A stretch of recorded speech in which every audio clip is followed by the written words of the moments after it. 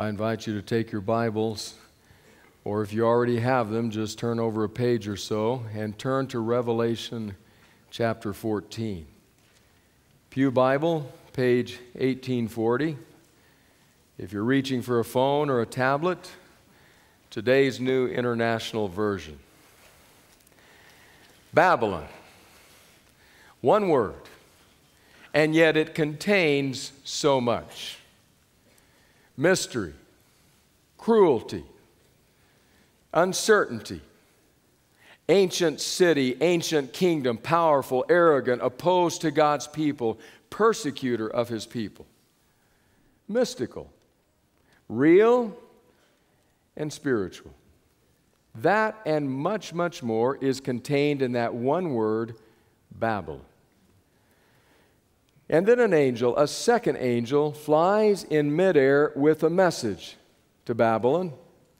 A message about Babylon that is terse and succinct.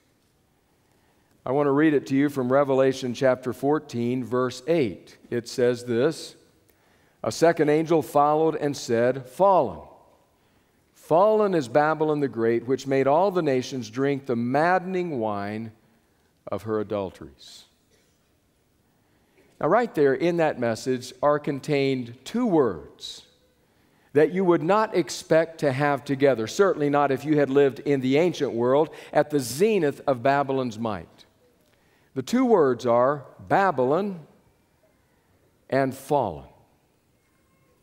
Not when you saw Babylon at the pinnacle of its prominence and apparent permanence, you would never associate the word fallen with that power. Years ago, when I was a single seminary student, a friend and I had traveled to the East Coast. He and I wanted to see some of the sites, some of the tourist sites, some of the historic sites that we'd never had the opportunity to see. One of the places we visited in New York City was in Lower Manhattan. There in Lower Manhattan, we paid our fare, we boarded the elevator, and we were whisked to the top of the south of the Twin Towers. There at the top of that tower, we emerged onto an observation deck. It was a phenomenal view. As we stood there on that deck that day and surveyed the scenery before us, Liberty's Lady was just a toy. The Empire State Building was a second-class citizen. And with a good pair of binoculars, you could almost see forever. An amazing day as Byron and I stood there looking at the scenery. About 10 years ago, Anita and Austin and Miranda and I returned to that site. This time we paid no fare, boarded no elevator, went to no observation deck because they did no longer exist. In fact, as we stood there at that site at that time, we stood looking into a yawning chasm. It was deep enough that the cranes and the trucks and the workers seemed almost like toys to us. They had finished cleaning, and now they were about the process of beginning to rebuild. And I stood there and remembered those years before, when I had stood atop that tower. Had you told me that day when Byron and I stood there, you know, one day in the not too distant futures, these towers will be no more, I would have told you, you need psychiatric help. You're imagining things. There is no way something this grand, this glorious, this tall will ever fall. And a second angel followed in midair, crying out, "Fallen, fallen is Babylon the Great." It's a stunning message. Certainly a stunning message for any who knew Babylon to be that empire with might and with arrogance and with cruelty, that empire that subjugated God's people, that empire that did what it wished with the world of its day. We're tempted to ask, who is Babylon? Who is the Babylon about which the angel cries? Well, there's no question that originally Babylon was that, a power, a political power, a nation. But as you read the words of Scripture, you soon begin to discover that Babylon is peppered all through the biblical text. And by the time of John the Revelator, by the time he pens these words, Babylon is a smoldering ruin. It is no more. So we wonder, is John just referring to that destruction? But then he continues to talk about it. Chapters 17, 18, 19, it appears again. We soon realize that he's talking about something more than just that political empire.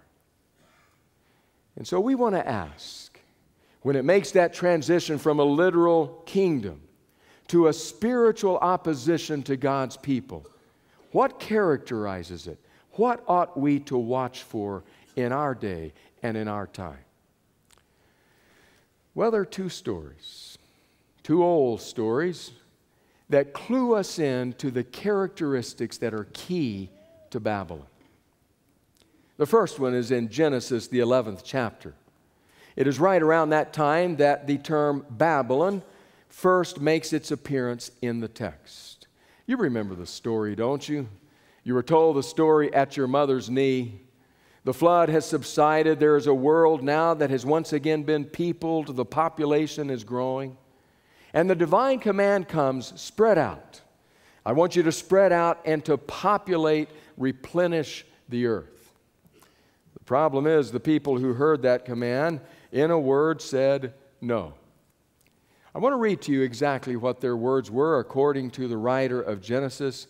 Genesis chapter 11 and verse 4 says this, "Then they said, 'Come, let us build ourselves a city with a tower that reaches to the heavens, so that we may make a name for ourselves and not be scattered over the face of the whole earth.'" And so that is exactly what they did. They banded together, built a city, constructed a tower that said, "It will reach to heaven. We will make a great name for ourselves. We will be known for this. We can't depend on whether or not God will destroy again, so we will save ourselves by our own efforts." And they constructed their tower. Do you remember listening as your mother told you? And God came down and confused the languages, so that as we stand viewing the scene, we see scattered groups dispersing to different parts of the then known earth, according to their language, scattering from a place called Babel. Hebrew word is the same, Babylon. Babel. And as we watch that scattering, we say, "Fallen. Fallen is Babylon the Great." Two qualities emerge from that story. Arrogance, we will do this for our own name, we will save ourselves. And confusion, no longer being able to understand one another. A second story. This one more toward the middle of the canon. It appears in the book of Daniel, the 4th chapter. We now are at the Neo-Babylonian Empire, this time reigned by a king named Nebuchadnezzar. Nebuchadnezzar one evening is walking on his terrace. He is looking over that which is before him, and he finds it to be splendid. He must have stood there gazing at that and said, my, look at all of this, and it wouldn't be here without me." Humble sort of guy that he was, he had a few words to say about his role. I want you to notice this. Daniel chapter 4 and verse 30 says this. He said, that is, Nebuchadnezzar said, "Is not this the great Babylon I have built as the royal residence by my mighty power and for the glory of my majesty?" It's hard to be humble when you're perfect in every way, the Mac Davis song said. Nebuchadnezzar may have been the original author, because as he looks around, he says, "This is all mine. This is the great Babylon that I have built, and it is all a great credit to my name. It is all about me." The words scarcely fall from his lips when something that to him is cataclysmic occurs. Back to Daniel 4, this time verse 31. "Even as the words were on his lips, a voice came from heaven. 'This is what is decreed for you, King Nebuchadnezzar. Your royal authority has been taken from you. You will be driven away from people, and you will live with the wild animals. You will eat grass like the ox. 7 times will pass by for you until you acknowledge that the Most High is sovereign over the kingdoms on earth and gives them to anyone He wishes."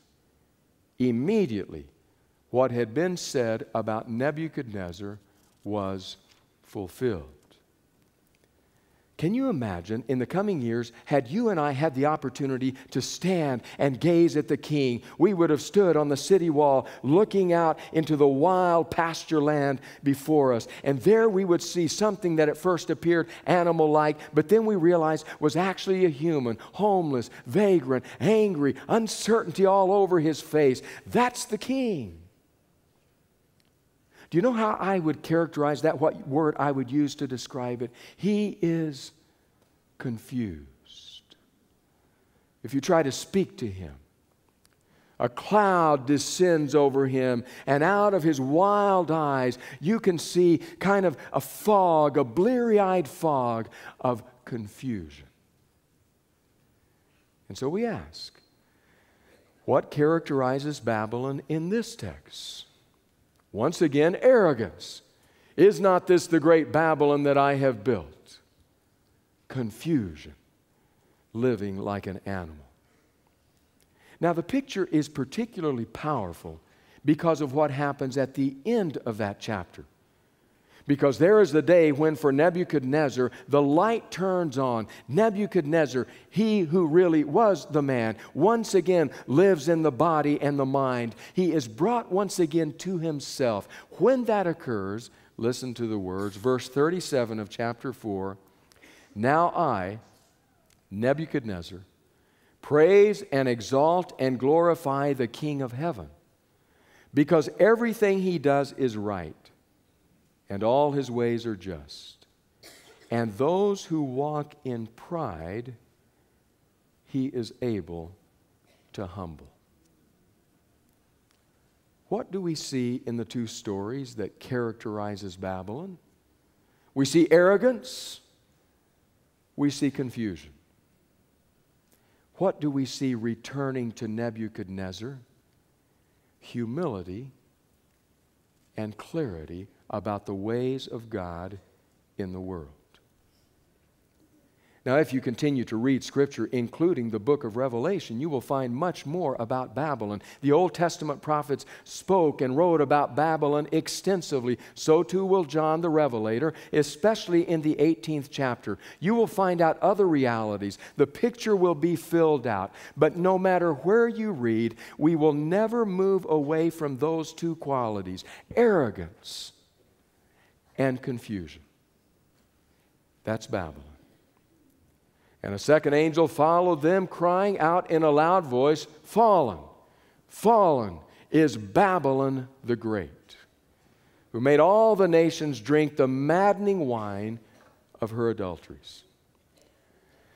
And our question is understandable. Our question is, well, what does that have to do with us?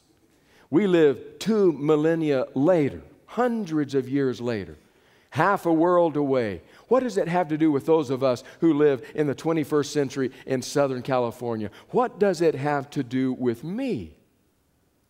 It seems an ancient message with no particular application, except that I'm hoping it might help me answer the question, how do I prepare for the second advent of Christ?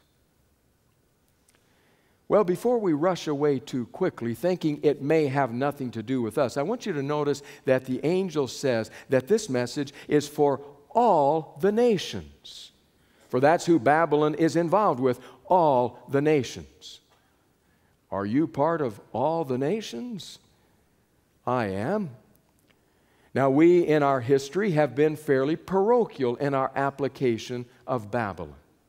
But I want to suggest to you that when we talk about all the nations, we cannot afford to be parochial or local in our thinking. I appreciate what Morris Venden said about this some years ago. These are his words. "In order for all nations to drink of the wine of Babylon, including non-Christian peoples, You have to have something more than some uniquely defined denominational position in these messages. You have to have some false principle universally known and followed that is being warned against. What does he say? Some false principle universally known and followed. Something that affects all the nations who have been sipping from the cup of Babylon's wine. All the nations. So what could that be? Babylon, once a mighty kingdom, now a spiritual reality. How do we know if it is affecting us? Some more words, these from the Seventh-day Adventist Bible Commentary. Babylon, both literal and mystical, has long been recognized as the traditional enemy of God's truth and people. As such, in Revelation, the name is symbolic, are you listening to this, of all apostate religious organizations. All apostate religious organizations and their leadership from antiquity down to the close of time. Apostate religion. Is it possible that Christian faith could become apostate? And if so, how would we recognize that? Where would we look? What would need to happen for us to say a church has become apostate? Well, I would suggest to you that the answer is probably more easy than we might recognize. Go to the Apostle Paul. Paul himself realizes that certain things are a matter of conscience. He says that, Romans 14, let each be fully persuaded in his own mind. So there are certain realities of church that you cannot take and say, if a church is doing that, it's an apostate church. No, no, no, no. The Bible says there are things that are a matter of conscience. But are there realities that are so core, so central, that to depart from them would move us into the apostate column? Paul would say, absolutely. In fact, Paul did say, absolutely. Have you read Galatians lately? Galatians may be Paul's most fiery missive. He wrote and sent off to a church that somehow was moving away from the central doctrine of Christian faith, something called the gospel. Paul is fire hot in his language. He says, "O foolish Galatians, who has bewitched you?" Those are his words, not mine. Who has bewitched you, cast a spell on you? What happened to your clear-eyed thinking? Now you're confused. What happened? Who has bewitched you? Well, what is his anger about? Another place in the letter, you hear him, you see him state it clearly. He says, even if I or an angel from heaven were to preach to you a different gospel than that which I preached to you in the beginning, let that person fall under God's curse. If you preach a different gospel than the one originally preached. In other words, Paul is saying the gospel of Jesus Christ is so central to what it means to be a Christ follower that to move away from that is to throw everything else into question. No playing with that, says Paul. The gospel is central. Don't let somebody bewitch you, confuse you about that reality. There are important words that are written about these things. After all, consider one more.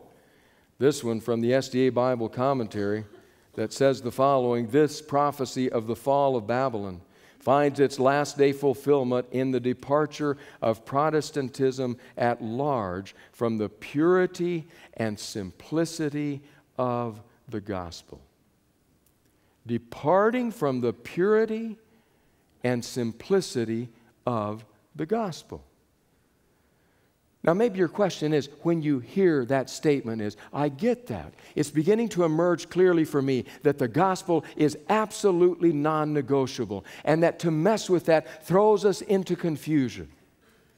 But what does that commentary say? Protestantism at large begins to move away from that. Well, maybe it's a fairly simple answer. Because the truth is, there would be no Protestantism were it not for the commitment to the gospel. Go back to the stories of those reformers.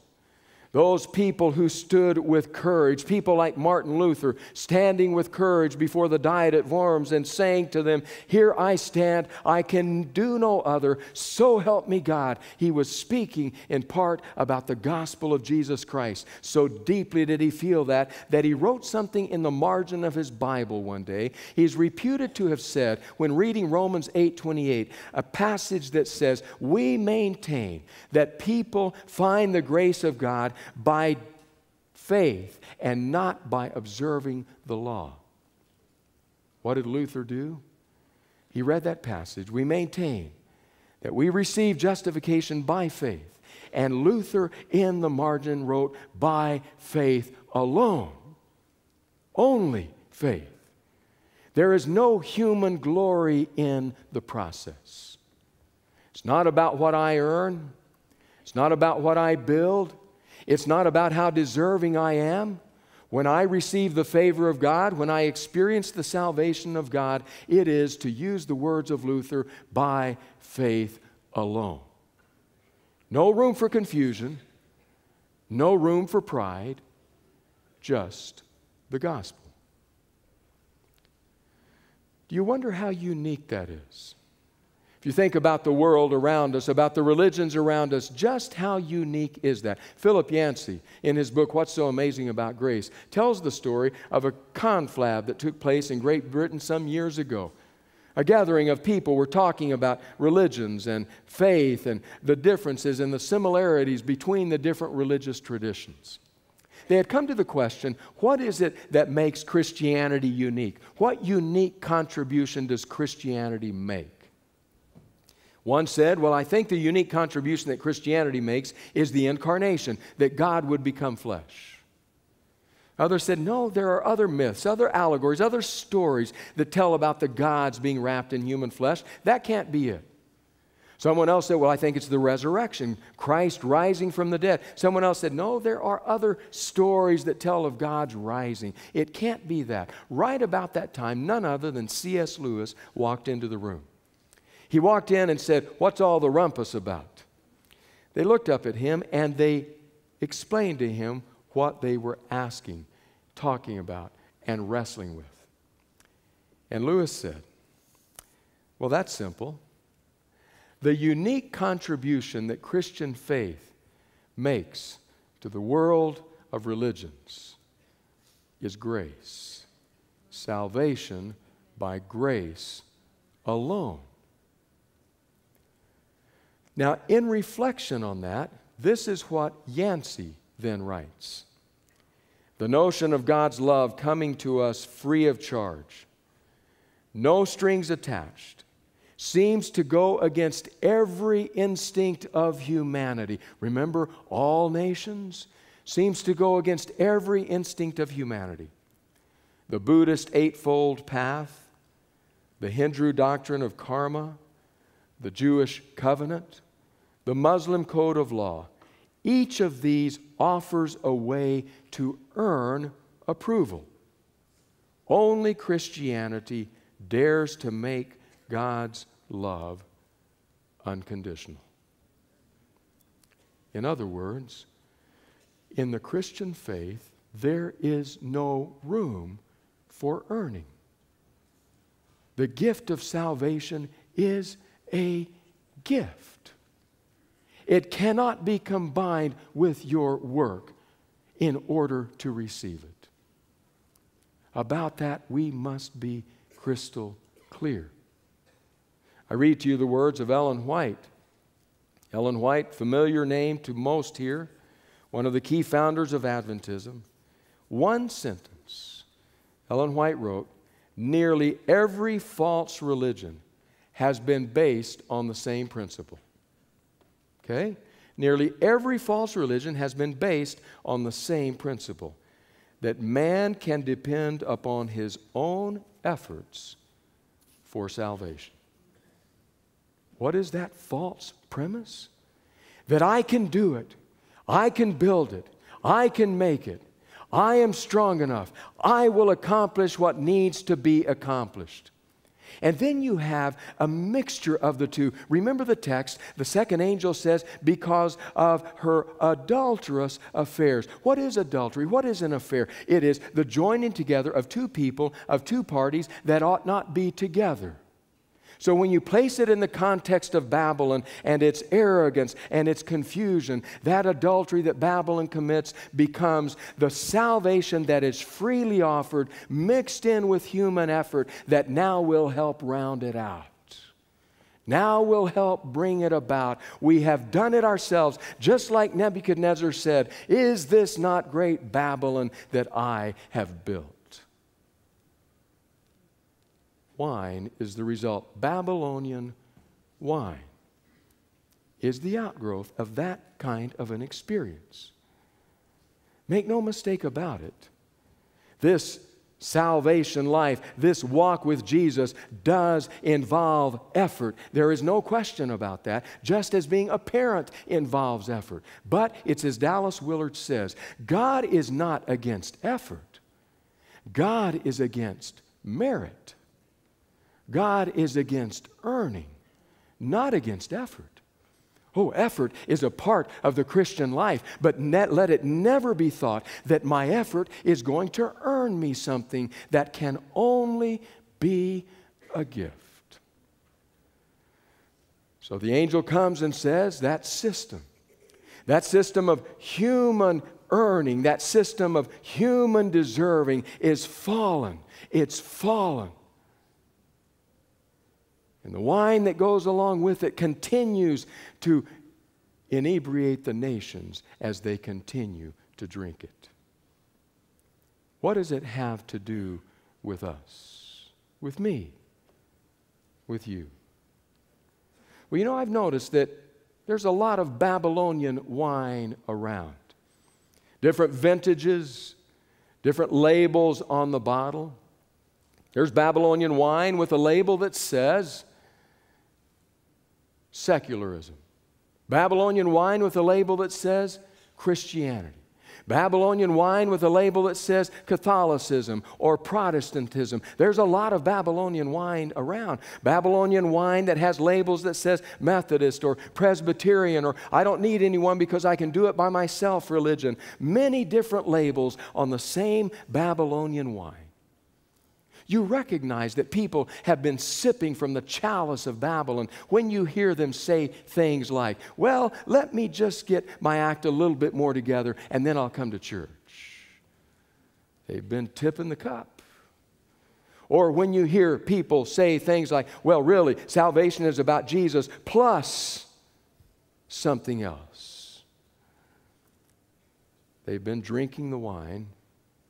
Or when you hear people say things like, you don't know the reality of my life, the sin in my past, the horrible mess I've made of things. There is no way that God could possibly save me. They are just drinking outright drafts of Babylonian wine because now they have come to believe it's dependent on me and I cannot make it.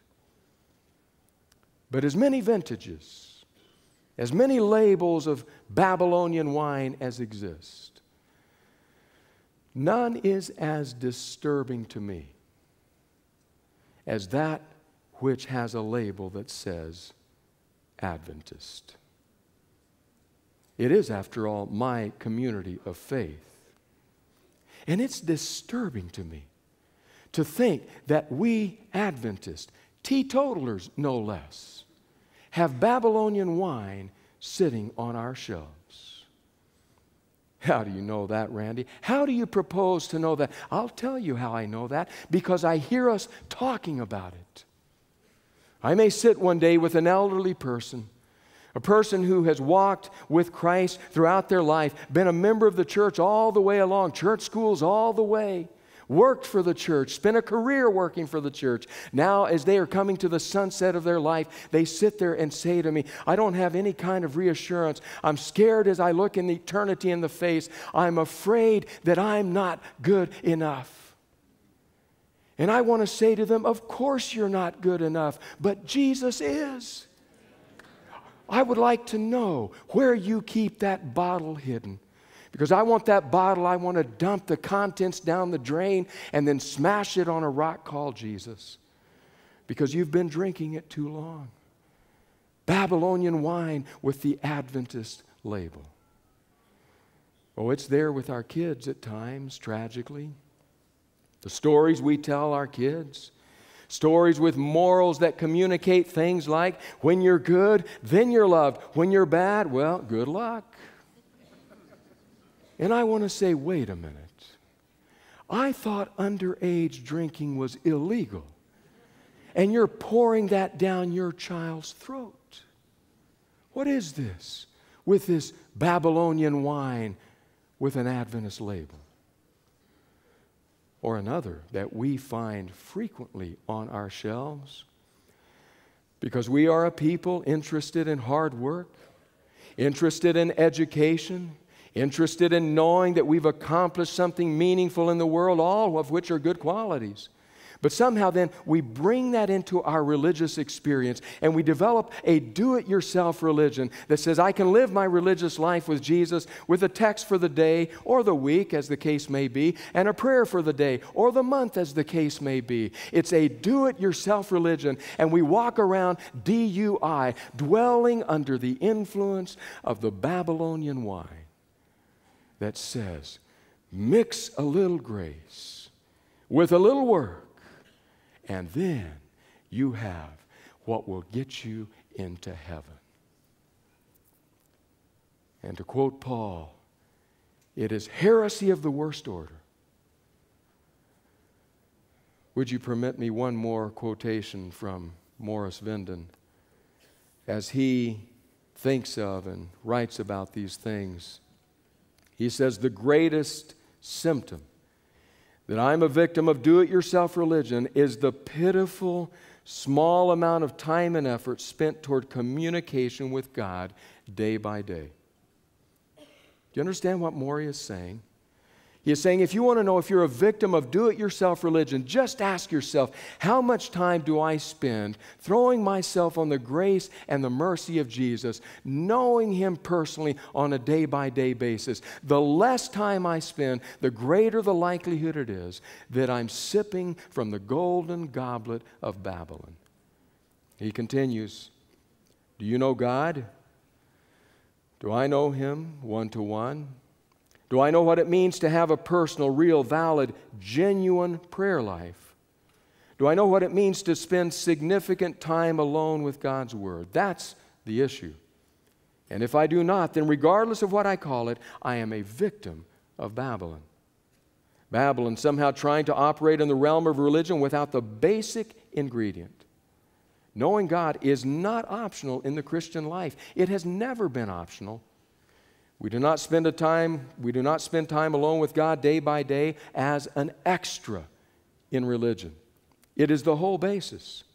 The Christian faith and the Seventh-day Adventist religion without this is nothing.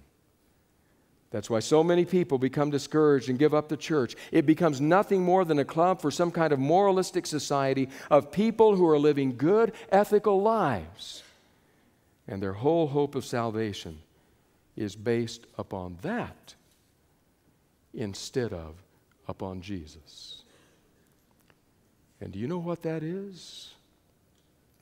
That's to drink from the chalice of Babylon.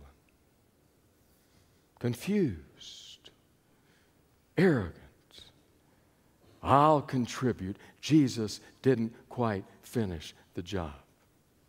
Don't misunderstand. God is not opposed to effort. He's opposed to merit. So where does that leave us?